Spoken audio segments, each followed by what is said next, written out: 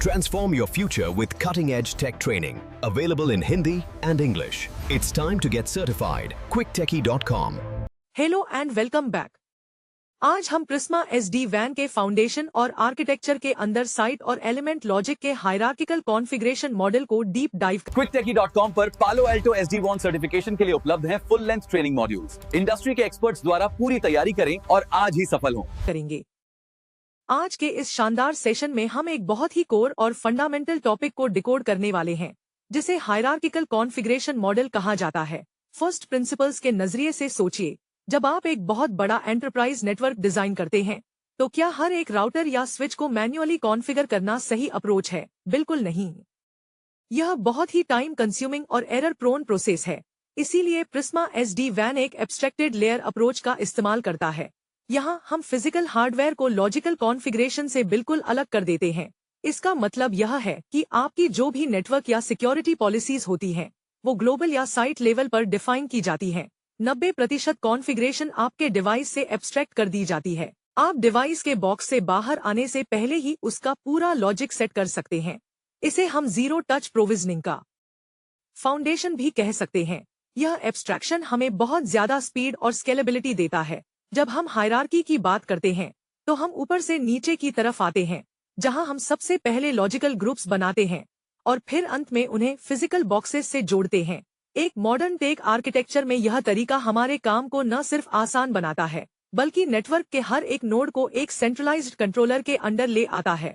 तो इस मॉडल को समझना किसी भी नेटवर्क आर्किटेक्ट के लिए सबसे पहला और सबसे जरूरी कदम है।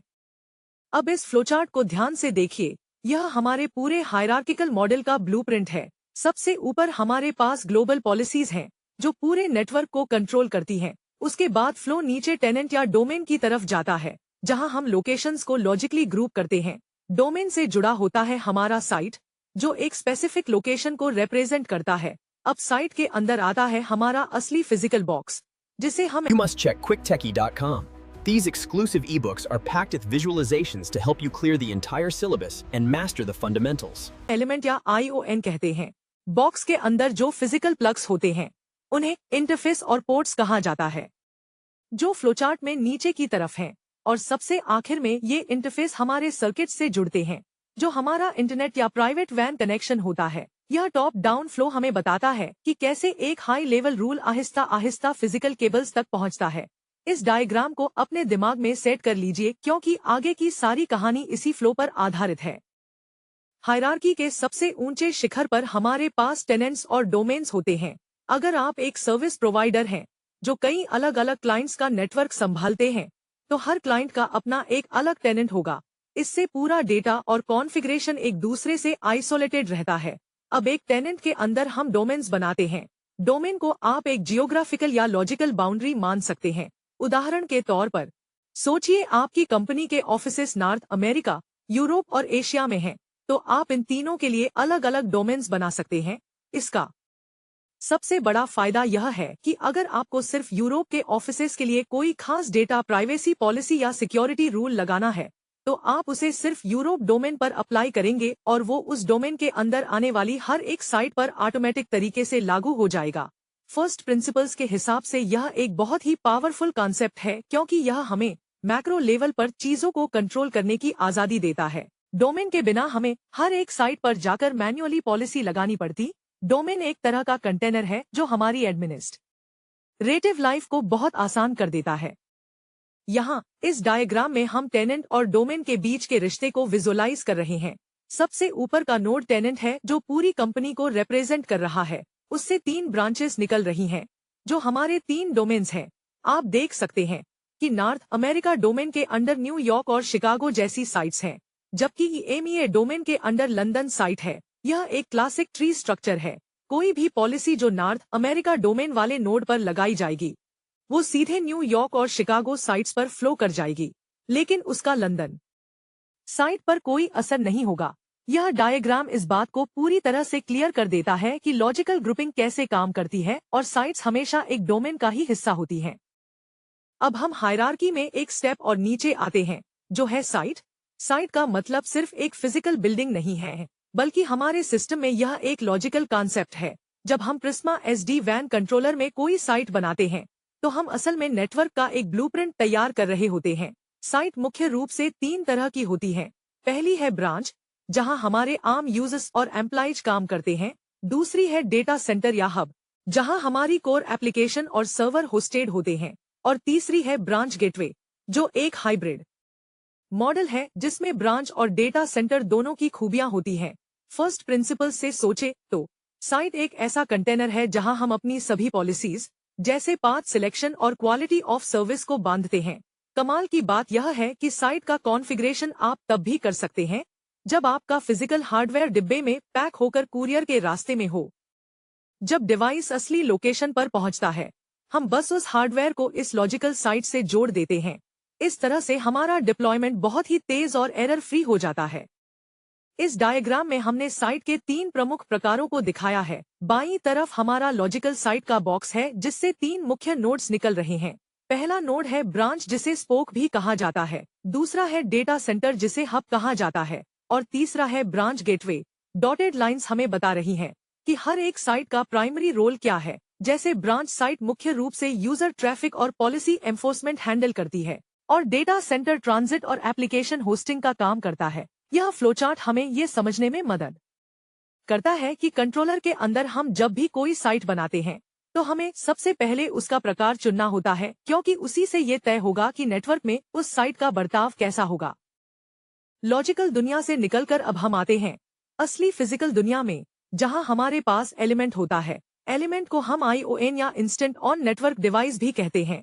यह वो फिजिकल हार्डवेयर बॉक्स या वर्चुअल मशीन है जो आपके ऑफिस के सर्वर रूम में रखा जाता है। अगर साइट हमारा दिमाग है जो सारे रूल्स और पॉलिसीज बनाता है, तो एलिमेंट वो शरीर है जो असली डेटा पैकेट्स को प्रोसेस करता है और राउटर का काम करता है। एलिमेंट का अपना एक लाइफ साइकिल होता है जिसे समझना बहुत जरूरी है।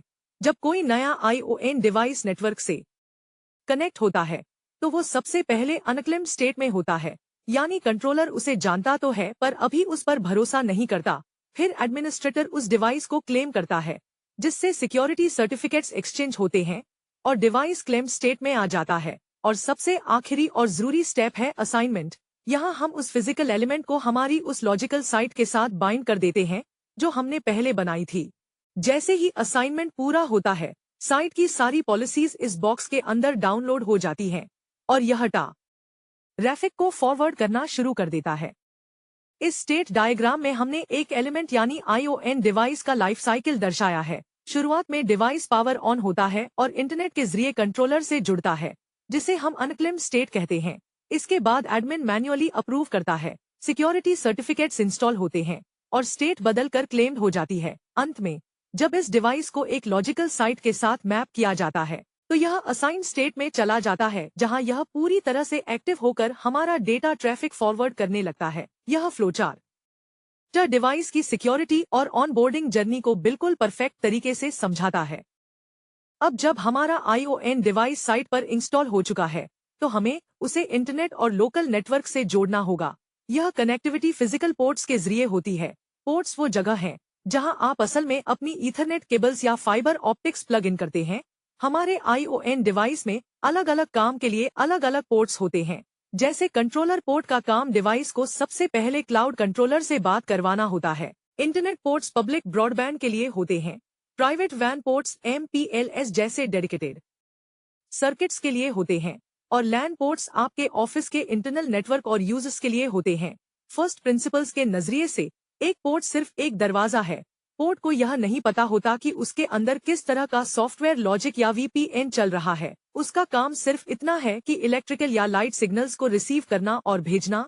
पोर्ट लेवल पर हम सिर्फ बेसिक चीजें कॉन्फ़िगर करते हैं, जैसे कि पोर्ट की स्पीड क्या होगी, फुल डुप्लेक्स होगा या हाफ डुप्लेक्स, और उसका MTU साइज क्या होगा। असली राउटिंग का जादू पोर्ट के ऊपर वाली लेयर पर होता है। यहाँ डायग्राम में हम एक ION एलिमेंट के अलग अलग फिजिकल पोर्ट्स का ब्रेकडाउन देख रहे हैं। बीच में हमारा मेन डिवाइस है जिससे 4 अलग अलग प्रकार के पोर्ट्स बाहर निकल रहे हैं। कंट्रोलर पोर्ट एक डॉटेड लाइन के जरिए क्लाउड कंट्रोलर से जुड़ रहा है जो मैनेजमेंट ट्रैफिक के लिए है। इंटरनेट पोर्ट सीधा ISP यानी ब्रॉडबैंड से कनेक्टेड है। प्राइवेट वैन पोर्ट हमारे MPLS नेटवर्क से जुड़ा है। और सबसे नीचे लैन पोर्ट है जो ऑफिस के लोकल स्विच को ट्रैफिक भेज रहा है। यह विजुअल इस बात को बिल्कुल साफ कर देता है कि बॉक्स के पीछे मौजूद अलग अलग केबल्स का असली मकसद क्या होता है। जैसा कि हमने पिछली स्लाइड में समझा कि पोर्ट्स सिर्फ फिजिकल दरवाजे हैं, लेकिन एक स्मार्ट नेटवर्क बनाने के लिए हमें उन दरवाजों पर रूल्स लगाने पड़ते हैं। यहीं पर काम आते हैं हमारे लॉजिकल इंटरफेसेस। इंटरफेस असल में फिजिकल पोर्ट के ऊपर बनी एक सॉफ्टवेयर या लॉजिकल लेयर है। हम आईपी एड्रेस, DHCP सेटिंग्स या VLAN टैग सीधे पोर्ट पर नहीं लगाते, बल्कि इंटरफेस पर लगाते हैं। ऐसा करने का कारण यह है कि हमें बहुत फ्लेक्सिबिलिटी मिल जाती है। हम एक फिजिकल पोर्ट को कई लॉजिकल हिस्सों में बांट सकते हैं, जिसे सब इंटरफेस कहा जाता है। इसके अलावा हम बाईपास पेयर बना सकते हैं, जहां दो पोर्ट्स को मिलाकर एक लॉजिकल पेयर बनाया जाता है, ताकि अगर हमारा डिवाइस फेल भी हो जाए तो ट्रैफिक ऑटोमेटिक पास होता रहे, जिसे हम फेल टू वायर कहते हैं। फर्स्ट प्रिंसिपल्स के हिसाब से सोचे तो अगर पोर्ट एक असली दरवाजा है, तो इंटरफेस उस दरवाजे पर खड़ा सिक्योरिटी गार्ड है जिसके हाथ में एक रूल बुक है। एक ही दरवाजे पर कई अलग अलग काम करने वाले गार्ड्स खड़े किए जा सकते हैं। इस एब्स्ट्रैक्शन की वजह से हमारा आर्किटेक्चर बहुत ही स्केलेबल और डायनामिक बन जाता है। इस फ्लोचार्ट में हमने पोर्ट और इंटरफेस के बीच का लॉजिकल अंतर दिखाया है। बाईं तरफ आप देख सकते हैं कि एक सिंगल फिजिकल पोर्ट को हमने सॉफ्टवेयर के जरिए दो अलग अलग VLAN सब इंटरफेसेस में डिवाइड कर दिया है। दाईं तरफ हमने दिखाया है कि कैसे दो अलग अलग फिजिकल पोर्ट्स, पोर्ट 3 और पोर्ट 4 को एक साथ जोड़कर एक सिंगल बाईपास पेयर इंटरफेस बनाया गया है। यह डायग्राम इस बात का परफेक्ट उदाहरण है कि कैसे लॉजिकल एब्स्ट्रैक्शन हमें हार्डवेयर की लिमिटेशन से आजादी देता है और हम एक केबल या एक पोर्ट से कई तरह के नेटवर्किंग डिजाइन्स क्रिएट कर सकते हैं। अब हमारे पास साइट है, डिवाइस है और इंटरफेस भी है, लेकिन डेटा ट्रेवल कहाँ से करेगा? वो ट्रेवल करेगा सर्किट्स के जरिए। सर्किट असल में सर्विस प्रोवाइडर का वो कनेक्शन है जो आपके ऑफिस तक आता है, जैसे AT&T या एयरटेल का ब्रॉडबैंड। प्रिज्मा SD-WAN में हम सर्किट्स को एक नाम देते हैं जिसे सर्किट लेबल कहा जाता है और उन्हें अलग अलग ग्रुप्स में रखते हैं जिन्हें सर्किट कैटेगरी कहते हैं। ऐसा हम क्यों करते हैं? सोचिए, अगर हम पॉलिसी में लिख दें कि ट्रैफिक हमेशा पोर्ट 2 से बाहर जाना चाहिए, तो अगर कल को पोर्ट 2 खराब हो गया तो हमें हर जगह पॉलिसी बदलनी पड़ेगी। इसीलिए हम एब्स्ट्रैक्शन का इस्तेमाल करते हैं। हम पॉलिसी में लिखते हैं कि ट्रैफिक हमेशा इंटरनेट कैटेगरी वाले सर्किट से जाना चाहिए। अब वो इंटरनेट कैटेगरी का सर्किट चाहे पोर्ट 1 पर लगा हो या पोर्ट 5 पर, हमारी पॉलिसी बिना किसी रुकावट के काम करती रहेगी। यह कॉन्फ़िगरेशन मॉडल का मास्टर स्ट्रोक है। फर्स्ट प्रिंसिपल से समझें तो अगर इंटरफेस हमारे घर का दरवाजा है, तो सर्किट वो सड़क या हाईवे है जो उस दरवाजे से शुरू होकर पूरी दुनिया तक जाता है और सर्किट लेबल उस हाईवे का नाम है। यहाँ डायग्राम में हम सर्किट लेबल्स और कैटेगरी का कॉन्सेप्ट देख रहे हैं। सबसे ऊपर हमारे पास पाथ पॉलिसी है जो कहती है कि ट्रैफिक को इंटरनेट कैटेगरी का इस्तेमाल करना है। अब यह इंटरनेट कैटेगरी नीचे दो अलग अलग सर्किट लेबल्स में जुड़ी है, एक AT&T ब्रॉडबैंड और दूसरा कॉमकास्ट केबल। फिर ये सर्किट लेबल्स सीधे हमारे इंटरफेस H1 से बाइंड किए गए हैं। इस डायग्राम से यह एकदम क्लियर हो जाता है कि पॉलिसी को फिजिकल पोर्ट के बारे में कुछ नहीं पता होता, वो बस लॉजिकल कैटेगरी को जानती है और सिस्टम अपने आप उस कैटेगरी को सही पोर्ट और सर्किट से जोड़कर हमारा ट्रैफिक बाहर भेज देता है। तो अब वक्त आ गया है कि हम इन सभी कॉन्सेप्ट्स को एक साथ जोड़कर देखें। हमारे हायरार्किकल मॉडल का पूरा फ्लो कुछ इस तरह काम करता है। सबसे ऊपर आपने एक डोमेन बनाया और उसमें एक पॉलिसी लगा दी कि जूम कॉल का ट्रैफिक हमेशा अच्छे इंटरनेट सर्किट से जाना चाहिए। ये पॉलिसी डोमेन से फ्लो होकर आपकी साइट पर आती है। साइट अपने असाइंड फिजिकल बॉक्स यानी एलिमेंट को बताती है कि हमें इस रूल को फॉलो करना है। एलिमेंट अपने अंदर चेक करता है कि कौन सा लॉजिकल इंटरफेस इंटरनेट सर्किट से जुड़ा है। फिर वो उस इंटरफेस से जुड़े फिजिकल पोर्ट के जरिए हमारा पैकेट बाहर सर्विस प्रोवाइडर के असली सर्किट में भेज देता है। इसी पूरे मॉडल को हम इंटेंट बेस्ड नेटवर्किंग कहते हैं।